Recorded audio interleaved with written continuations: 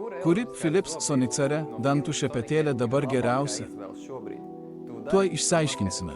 Labas, čia to. Aš pats išbandžiau visus šiuos Philips Sonicare modelius ir dabar išsiaiškinsime, kuo jie skiriasi ir kuris modelis būtų geriausias būtent tau.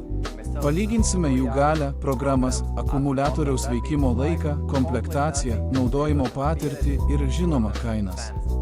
Vaizdo įrašo pabaigoje sužinosite, kuris mano nuomonė šiuo metu yra geriausias biudžetinis pasirinkimas, kuris yra geriausias pasirinkimas lyginant kainą su tuo, ką gaunate, ir kuris yra geriausias iš visų. Pradėkime nuo dramblio kambario, sudėtingų modelių pavadinimų. Jie turi serijos numerius, o kelios serijos turi vienodus pavadinimus.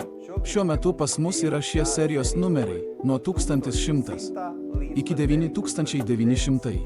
Serija. Daugelis mano, kad šie numeriai žymi dantų šepetėlio galę. Kuo didesnis skaičius, tuo didesnė galia. Bet nėra. Visiems Philips Sonicare dantų šepetėliams yra ta pati maksimali galia – 62 000 judesių per minutę. Beje, kai kuriuose modeliuose galbūt vėl pamatysite užrašą 31 000 galios arba vibracijos, arba ką nors kita, kaip Philips vėl nuspręs pavadinti šerių judesius. Philips negali apsispręsti, kaip skaičiuoti šerių judesius. Anksčiau buvo teigiama, kad visuose modeliuose yra 31 000 vibracijų, tada vieną dieną visus pervadino į 62 000 šepetėlių judesių per minutę, o dabar pastebėjau, kad keliuose modeliuose vėl nurodyta 31 000. Bet kokiu atveju laikykitės nuostatos, kad visuose modeliuose yra vienodi soniniai varikliai. Kita didelė problema susijusi su sudėtingais pavadinimais yra ta, kad po vienodais serijos pavadinimais gali būti net dvi visiškai skirtingos elektrinės dantų šepetėlės. Be to, tos pačius dantų šepetėlius gali būti įvairių komplektacijų, priklausomai nuo to, kiek antgalių pridėta ir ar įtrauktas kelioninis dėklas. Žinau, tai sudėtinga. Tačiau serijos numeriai labiau rodo, kokia galinga bus ši dantų šepetėlė priedų atžvilgiu.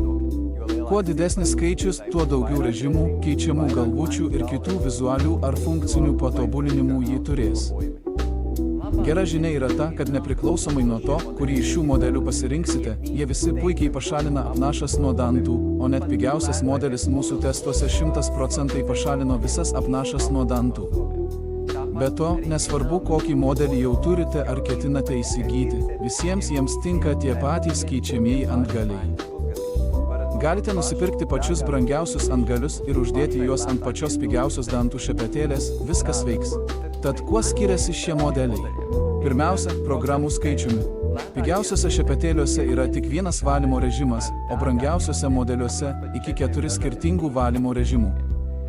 Intensyvumo reguliavimas. Kai kuriuose modeliuose jį galima reguliuoti 2 ar 3 lygiais, o pigesnėse šepetėlėse tokių galimybių nėra. Slėgio jutiklis, neleidžiantis pernelyg stipriai išveisti dantų. Deja, pačiuose pigiausiuose modeliuose šio jutiklio nėra, o brangesniuose ir vidutinės klasės modeliuose jis vis dar yra. Be to, brangiausiuose modeliuose rankenos apačioje yra lemputė, kuri užsidega, jei naudojamas per didelis spaudimas. Šepetėlių jutiklis. Vidutinės klasės ir brangiausiuose šepetėliuose yra dar viena papildoma lemputė rankenos apačioje, kuri užsidega, kai atėjo laikas pakeisti šepetėlio antgalį į naują. Įkrovikliai taip pat skiriasi. Dauguma dantų šepetėlių šiuo metu naudoja šį apvalų USB įkroviklį, o senesniems modeliams vis dar yra prieinamas toks į elektros lizdą įkišamas įkroviklis. Brangiausi Demontlean serijos modeliai, priklausomai nuo tipo, turi vieną iš šių belaidžių įkroviklių. Pats pigiausias modelis turi savo unikalų įkroviklį, kurio pavadinimo aš net nežinau. Be to, kai kurių modelių komplekte yra ir kelioninis dėklas, nuo paprastų plastmasinių dėklų iki elegantiško dėklo su įmontuotu USB laidu arba USB-C jungtimi. Kelioninio dėklo trūkumas yra tas, kad kiekvienam modeliui šis dėklas šiek tiek skiriasi ir labai tikėtina, kad jei jau turite kokį nors senesnį kelioninį dėklą, naujoji šepetėlė jame nebetilps. Brangesniuose modeliuose taip pat yra prieinama programėlė telefone, kurioje galite patikrinti, kaip gerai ar blogai valėte dantis. Visoms Philips Sonicare dantų šepetėliams taikoma 2 metų garantija. Tad kurie modeliai dabar yra geriausias pasirinkimas? Jei jūs domina tik ir vien tik tai, kad dantys būtų kruopščiai išvalyti, drąsiai pirkite bet kurį iš pigesnių modelių. Jie visi puikiai pašalina apnašas ir jūs nemokėsite per daug už funkcijas, kurių nenaudosite, be to švarus dantys bus lygiai tokie patys, kaip ir valant brangiausių modelių. Geras vidutinės klasės modelis būtų bet koks dantų šepetėlis nuo 4500 iki 5600 serijos. Skirtingai nuo pačių pigiausių šepetėlių, visi šie modeliai jau turės slėgio jutiklį ir bent porą valymo režimų arba reguliuojamą intensyvumą. Kai kuriuose taip pat bus įtrauktas kelioninis dėklas.